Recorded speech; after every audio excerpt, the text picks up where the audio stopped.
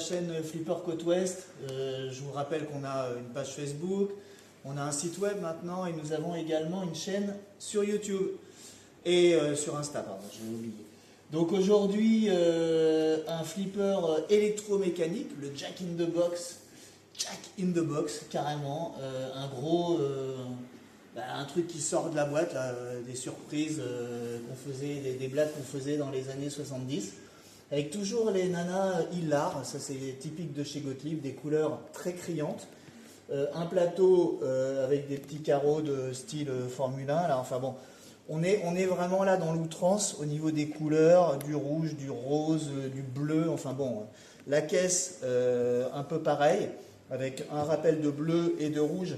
Vraiment très classique, hein. On n'a pas là ce qu'ils ont fait par la suite avec des thèmes, etc. On reprend des lignes très tendu, et un flipper assez attachant, assez atypique, en dépit du fait que ce soit un flipper symétrique, comme vous pouvez le voir, mais malgré tout, pas mal de combinaisons, et là, clairement, on a un flipper qui est fait pour la famille. Les enfants, comme les parents, pourront s'amuser, il y a quand même 10 targets à dégommer, et deux particularités assez intéressantes. On a 4 flippers, exactement de la même taille, donc une rangée ici qui va permettre de venir taper sur les cibles, et également 2 bumpers en bas qui rendent le flipper pour le coup assez technique quand on veut aligner les targets, parce qu'en bas, vous le voyez, il n'y a pas de slingshot, donc on est obligé de tirer au jugé, mais ce qui est rattrapé ici par les couloirs qui permettent de ralentir la bille et de venir taper les cibles quand on en a envie. Alors le jeu se déroule de la façon suivante, c'est un jeu assez complet, avec un alternating relais, je vous le dis tout de suite parce que c'est important, qui fonctionne de 2 façons. Soit avec les bumpers, vous voyez, ça fait changer les couloirs et les lumières de côté. Voilà, on voit là. Et également, tous les 100 points, un alternative relais qui permet également de faire changer les couloirs. Alors pourquoi changer les couleurs?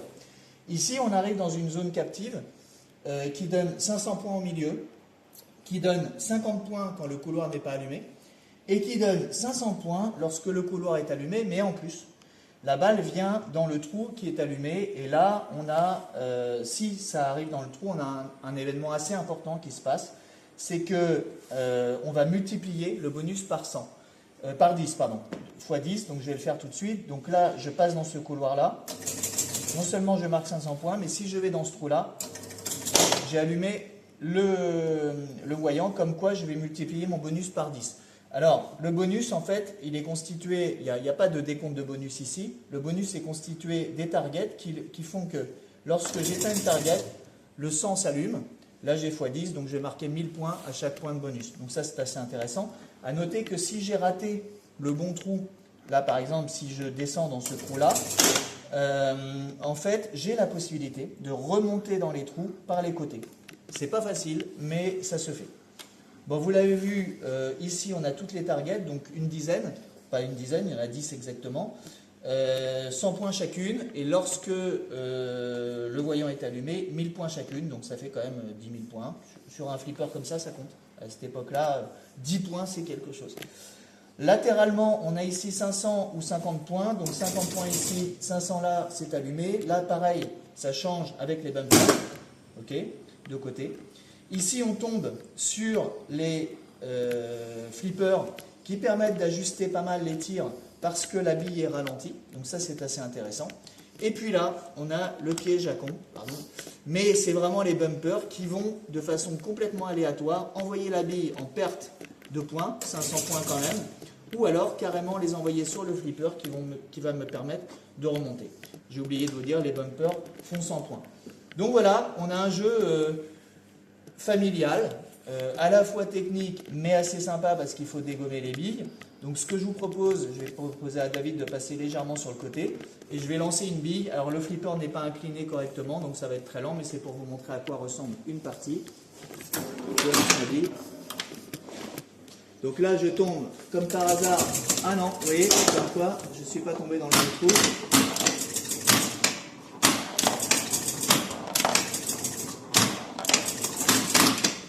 Donc c'est assez difficile de contrôler la bille là. Et vous voyez, tout de suite, je suis remonté là, j'ai pas eu le coup. Et c'est bon, on laisse tomber. Voilà. Écoutez, je vous dis à bientôt pour une nouvelle présentation, mais j'ai un petit trailer là, un petit teaser pour la prochaine fois. Je vais vous montrer un bijou absolu que je viens de rentrer, qui n'est pas encore restauré, donc je vous le montre en l'état. Le Kiss de chez Bali, là en solid state. Hein. Et depuis le temps que je rêvais de ce flip, ça sera pour une prochaine vidéo. À bientôt!